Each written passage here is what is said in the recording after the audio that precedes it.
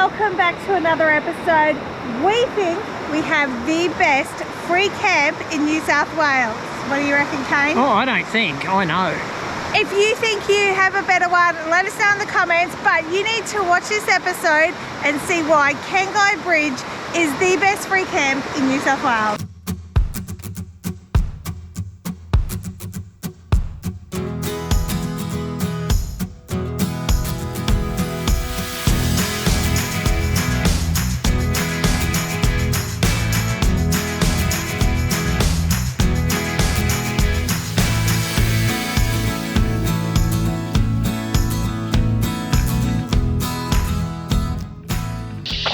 Seriously, if you're not doing off-grid camping, you're missing out. Like if you're only going to caravan parks or hip camps or paid camps, this is beautiful and you really don't need much to be off-grid. You know, people often ask us, why do you free camp? Like, why do you like off-grid? Let me show you. This is our camp at Cangai. We have a beautiful river down here. We have a whole heap of cows out here. We have a random couple of peacocks that come through. But this is our camp and it cost us absolutely nothing. Now there's two things that we have found that have made our off-grid camping so much easier. The first one is Starlink. We camped here back in 2022 when we first set off, and we really had zero phones or anything. We actually had our satellite phone at that stage just in case we needed to contact help or anything, but it was so bad because you couldn't jump on and see what the weather was doing, anything like that. We now have Starlink, hooked it up. We have full access to everything. We can check out the weather, we can do some socials, we can message family. I feel, especially with Cain, that so much safer and so much, like, even if it's a bit of rain, the weather's meant to be coming, we can check it out, we can see what's going on. So absolutely love Starlink. And if you're going to do off-grid camping in places that don't have signal, which is a lot of Australia, really, let's be honest, Starlink's the way to go. And yes, it is expensive. We pay the $194 a month, but for us, the peace of mind, it is so worth it. Like, I will just do some more surveys and stuff like that to be able to pay for it. Actually, thanks to you guys, YouTube actually pays for our Starlink. So this is about what we earn a month. And so thank you for your support. We really appreciate it. The second thing that lets us stay off grid. Now, a day like today, we're really not putting in a huge amount of solar.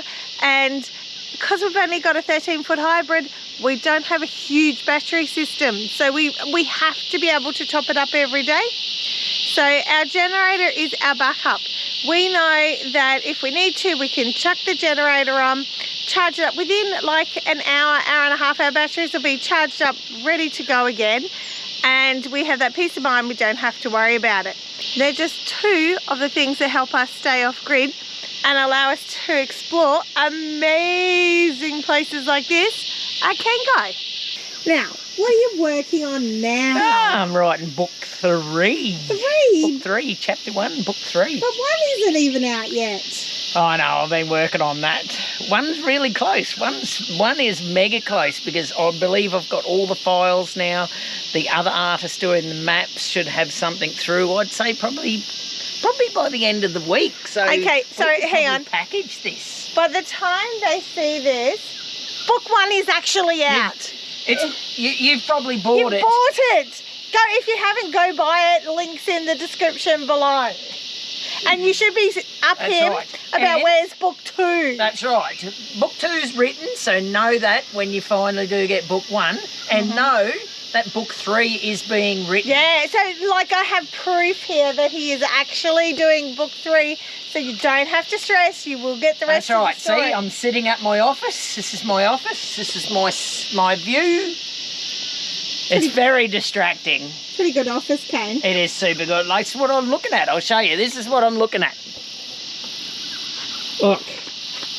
Yeah, and that's the bloody distractions I get. That's why I'm struggling. So, if you think Why is book 3 not done? Because I need someone to talk to. That's right. It's really hard to concentrate and write when someone's... Yeah, but there's so much I want to say, and there's no one else here. So you're it, Cain. It doesn't work. Now, as I said, we need the generator, especially today is quite a cloudy, overcast day. And I'm working on the laptop, Cain's working on the laptop, we've got Starlink on. It does chew some power. And yes, you know, that's a choice, we could turn all of those off, but we're still trying to work a little bit on the road so we can make money, so we can stay on the road. So having a generator has been a lifesaver for us because we've literally turned it on. You can probably hear it in the background. It'll probably run for about 2 hours and everything will be charged up and we won't have to worry about it again. So to me, our generator is just amazing. Keeps us on the road. Like, look at, we've got the solar panels, but there's just no sun.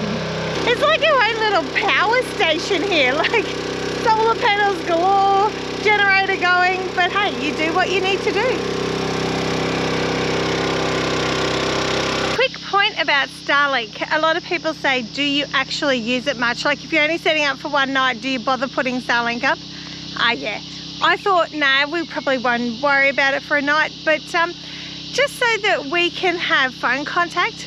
I like it because it means that it doesn't matter where we are, I can still be able to ring for help if I need it, you know, for Cain, so it gives me my peace of mind. But also we do our socials and that sort of stuff, and Cain loves watching his Netflix or YouTube, and that's what he does at night to chill and relax. So I'm quite happy, he's quite happy. It literally takes us 5 seconds to chuck it up on the roof, plug it in, all powers is there, so we can just run it all the time. So we put Starlink on every day, and I think while we're here, because we're just going to be chilling at Cangai, it'll probably just run all day long, because if we've got the power to do it, we'll use it. Radio, I thought I'd bring you along and show you a different way of doing veggies. It's a bit like Bubble and Squeak. Cain's sister did it for us the other day and it was delicious. Now I'm going to see if I can recreate it. So let's see how we go. Rightio, so the first thing that Cain's sister did was chop up some bacon. Yes, I know we're doing vegetables, but the bacon just gives it a little bit of fat to cook in, and just like, seriously, bacon makes everything better. At the same time as I do the bacon, I'm going to do a potato. And yes, I am no chef. The other thing I thought I might chuck in there, because I love it and I can't think of anything nicer in with the veggies, is a bit of fried up onion. We're going to add the bacon, the potato and the onion, and we're going to fry that. Ooh, listen to that sizzle.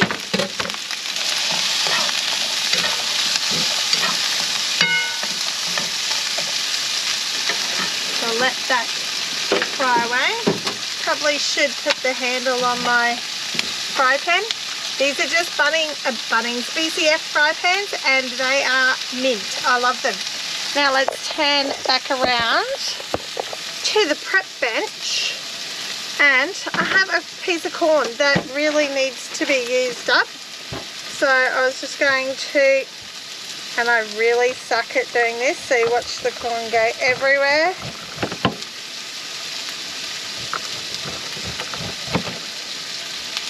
But yeah, this is sort of one of those ones that if you've got any little bits and pieces of veggies to use up, you can chuck it in. Just tasted so yummy when Cain's sister did it. It was just a change. Like, literally, we have mashed veggies most times. If we don't have mashed veggies, we just have steamed frozen veggies. And this is just a different way of doing those veggies. Because we've found, being on the road, frozen veggies are like our go-to. They are the bomb. It's so much easier to do frozen veggies than Trying to keep fresh veggies fresh. Now the other secret ingredient that Cain and I'll put that there now because we're heating that up. The other secret ingredient Cain's sister puts in is some herbs and spices. So today I've got a little bit of, I do it that way, don't want to, is it going to come out? No, probably not. Do not want one of those bugs in my thing because that will be probably not the best. So I've got a bit of Tuscan. So I'm going to put a little bit of Tuscan in there. More. Can you ever have too much Tuscan? Seriously.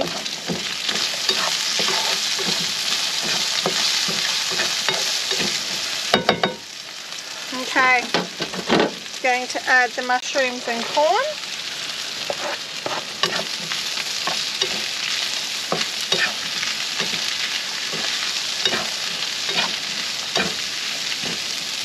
And I'm going to go get the frozen vegetables. I'm going to use a little bit of a mixture. Normally I'd use a fair bit of the peas, corn and carrot, but because I've just put a heap of corn in there, I don't want too much of that one, so I'm just going to put a little bit of it.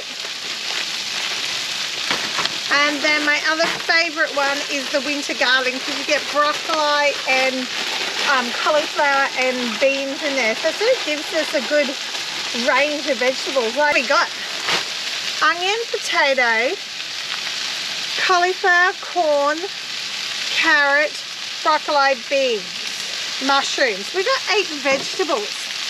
That used to be always our thing when I was a kid. Like, my mum loves vegetables, so we'd be counting how many vegetables we're having tonight. And it smells delicious.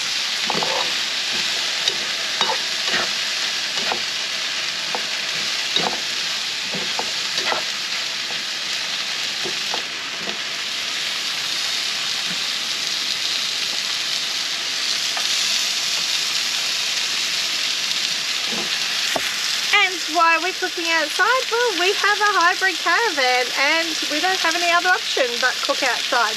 But we actually kind of like it that way. Rainy days, not always the best, but you know, like today it's been showering on enough.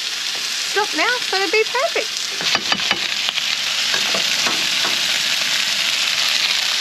Cain came and helped out, so he finished off his chapter in his book. Because he is definitely the meat cook compared to me, and cooking is quite a shared sort of thing in this camper. So I washed up and Cain finished off the cooking.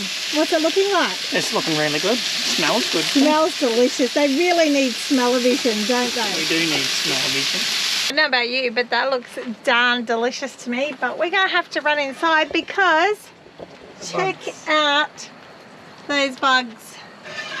That is, the only problem with eating outside and cooking outside is you often get a little bit of extra protein you didn't plan on. Excuse me, that's lamb. That's disgusting. Wait, get out. She does not care. Oi, shoot. Oi. Come on. Get out. Come on, shoot, shoot. Go. I don't want to get too close. I need to stick. Come on. Come on. Come on. Shoot. Shoot. Get out. Get out. Shoot. Come on. Get out. Yeah, don't put your flies here. Take your flies with you. Come on. Keep on a-walking, lady. Keep on a-walking.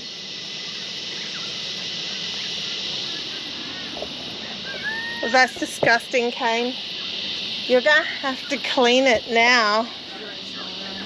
There is no way you can eat out of that. Cain is so good. He's just washed up where the cow licked. Yeah, I did some licking.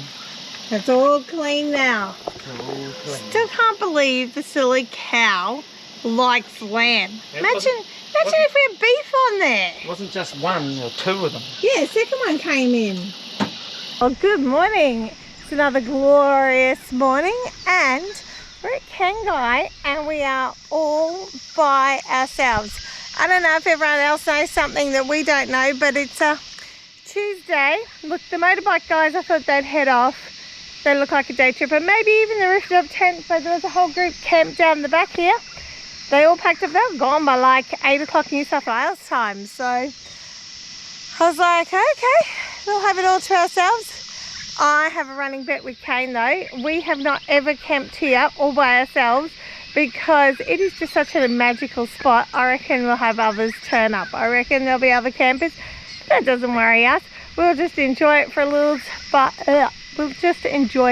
time by ourselves with the cows and the peacocks and just sit back and relax. We're going to spend one more day here and then we might look at moving on. It's been sort of just a nice little break in between travelling every day. We sort of find that it becomes really tiring travelling every day and you need to just stop and relax. And we've sort of had a bit of work to do. I was doing some YouTube. Cain's sort of back into writing his next book, so it was nice just to be able to do that without having to rush it. Cangai Bridge camp would have to be Cain's and my favourite free camp in all of New South Wales. Like, it is just amazing. There is so much space. You're camped by a beautiful river that you can easily access for swimming and that. It's actually not too bad. Last time we were here it was freezing cold. We've got it all to ourselves at the moment, so that's even better. But there's heaps of space. Of course, there's no facilities at all, but that's why we're self-contained and why we come like this. It's also why we have a little power station going on over the back there to charge everything up because it's still overcast. The other thing I love about Cangai Bridge is it's quite rocky and stony. So if it rains a little bit, it doesn't get all boggy and muddy. We drove through, I think it's called Lilydale near Jack Dadgery there. There was a lot of people camping there, but it was like a loamy, clayey soil. There was water laying everywhere because they had a lot more rain than us. The water was actually right under their bridge. And we drove, half an hour up the road to Cangai Bridge and I thought it was going to be packed here. We've had a couple of campers, but nothing like that was there. And I reckon this is way better. This is my primo spot. It's why we're spending like a third night here now because we just love this place so much. So if you're looking for a really good free camp, go on to Wiki Camps, mark down Cangai Bridge. It's my number one. The only time I wouldn't come here is if a lot of rain's expected because the bridge actually does go under. And you'll see why when we go down there. But other than that, this is an amazing spot. Now these guys just left their camp this morning and I came up here purely because I'm going to have a look at the river and I thought, oh look, I'll have a look and see if they've got any firewood. But do you think there's any need for them to leave this box? Like seriously, what is it? It looks like a TV box. What the? Why would you, one, have a TV box here? And number two, why would you friggin' leave it here? That's just another thing. So now I have that, rubber tyre, some steel that we've got to try and take away from this camp. None of it is ours. But if campers keep doing this shit, we're not going to be able to stay at free camps as amazing as this. And it shouldn't be my job to come clean up after you.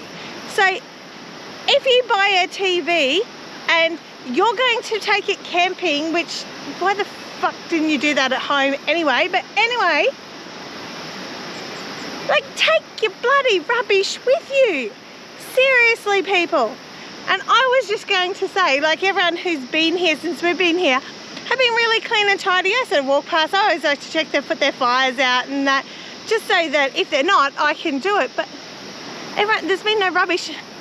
This is a big group. There was like at least 4 or 5 cars here.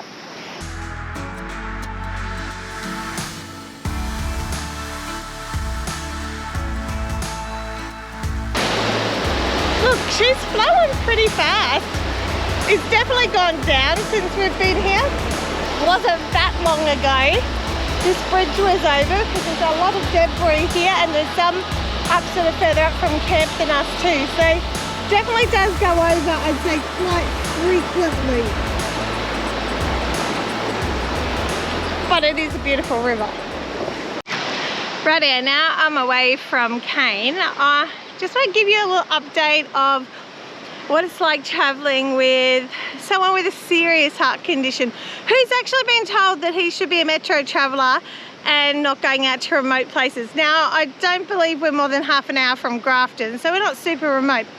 We have no signal out here at Cangai, and thank goodness for Starlink, because that has totally kept us connected and is our lifeline. We have that instead of the sat phone now. But like last night, we went to bed late, and usual for us. And as Cain was sort of laying there, he goes, "Oh, I just feel a bit funny. I don't feel right." And that literally puts me into massive anxiety. And I think it probably puts him in massive anxiety. He really doesn't talk about it much. Like, I probably will get something out of him in a couple of days' time. But at the moment, he's just not talking. He's ignoring it like it didn't happen. He got okay sleep, until about 5 o'clock this morning. Then once he woke up, his brain was not allowing him to go back to sleep, because I think he was worrying about it. He was feeling okay, but he was worrying about it. But I really struggled to sleep last night, and I was constantly listening to see if he was okay. We actually had a fine night, everything was okay, but it sort of just makes you more aware and makes you keep thinking of, okay, if this happens, what am I going to do? How am I going to get him to help as soon as I can? And we both know, like, if it does happen, it will be super stressful for both of us, but it's sort of a risk that we're taking at the moment. Some people might say, well, that's a bit of a silly risk, but we're sort of looking at it that this is our only life to live.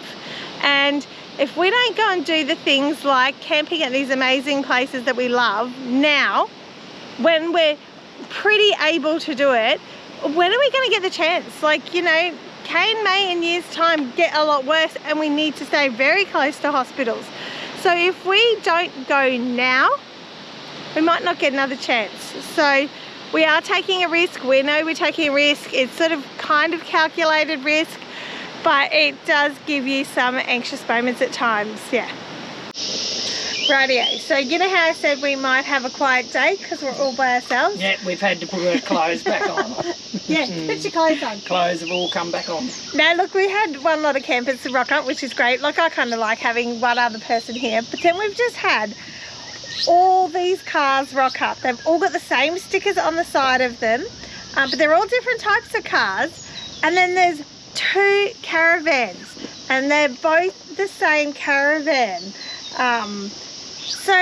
And they've gone backwards and forwards over the bridge a couple of times. They've ringed up the road here. So now I want to know what's going on. I'm just a nosy bugger. I reckon they're doing some sort of photo shoot or some promo thing. Like Cain said, there's a shitload of cars here. If they're just doing a photo shoot, like literally they should only need a camper car in those 2. But it's like all the boys have come out to test it out or something. I don't know. I want to have a look. I want to send Cain up there, because he's way more game than me, and go say, what are you doing? What's going on? Doing. What you doing? What you doing? Look, that's it. And the other thing is, they're not just in camping clothes. Like, hello, just any old thing. They've actually got like a nice polo shirt on, tucked in with jeans and belt and the boots. Yes, I have been checking. I told you I need to know. I've been checking it out. I'm taking one for the team, checking this out. And it's just, but it was the boots. It was the boots. Like, it seriously looks like office city wear. Like, it's some marketing campaign. It's some filming. It's something, because you got all these executive type people, I reckon. Because most of them don't look like full drivers or campers. I still reckon one of them looks like a bit like Jocko, but Cain said I'm a noodle. No, you are a noodle. Hey, maybe Cain, we've stumbled on the full drive action Christmas party. You just never know. If I see Graham over there, I will be going. Well, there's all blokes. I haven't seen a lady yet.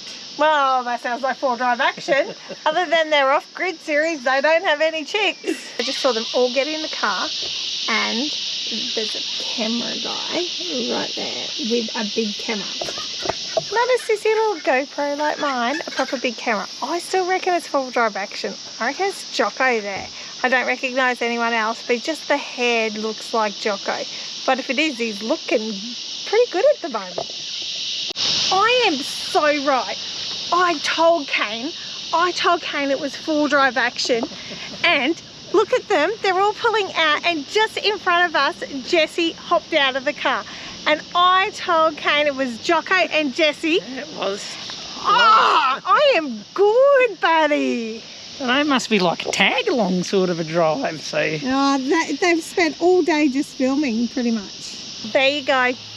I told him. Should have gone up there and had a look. I'm too wussy. I don't know about you, but and they're working. Like, if you're working, they were literally interviewing, filming, had bonnets up, bonnets down, driving cars around. Probably a bit rude to go up there fanboying while they're doing some activities in it. Today's challenge. Will the fire burn?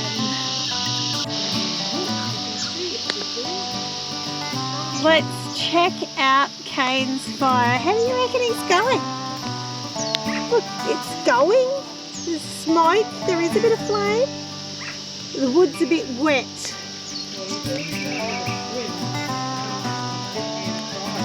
What was all that? Because we didn't hear boo of that. He thought he might go for a swim, then come up and try and get warm against the fire. You're an idiot. I just told them it's way too cool to be swimming. No, it's nice.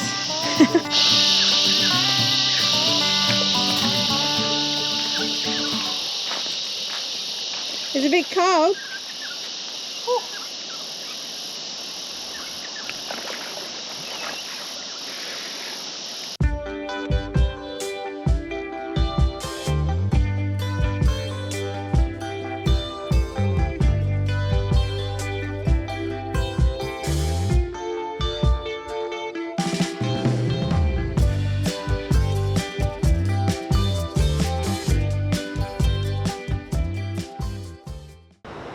What do you reckon? Is Cangai the best free camp? Yeah, have a look at the sunset. Cracker after a bit of a rainy few days here. We still love it. It is the best free camp. If you don't agree, I want to see your best free camp. You show us your best camp. Whack it in the comments. Check it out, yeah. Yep, and we'll definitely go and check it out and compare the pair.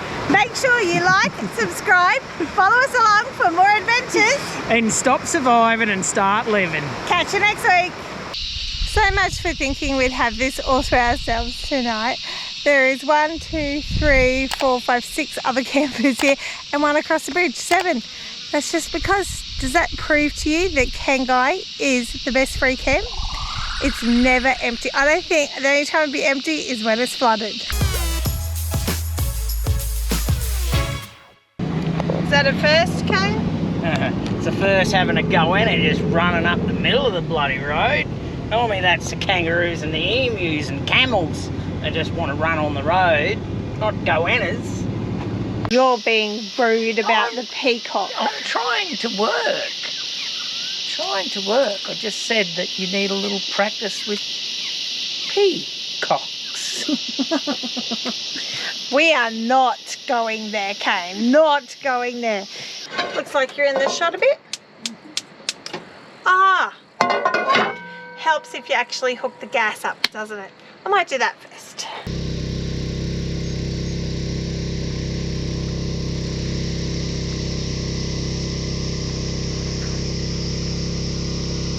If you like, subscribe, follow us along for more adventures. It's what you call a mackerel sky.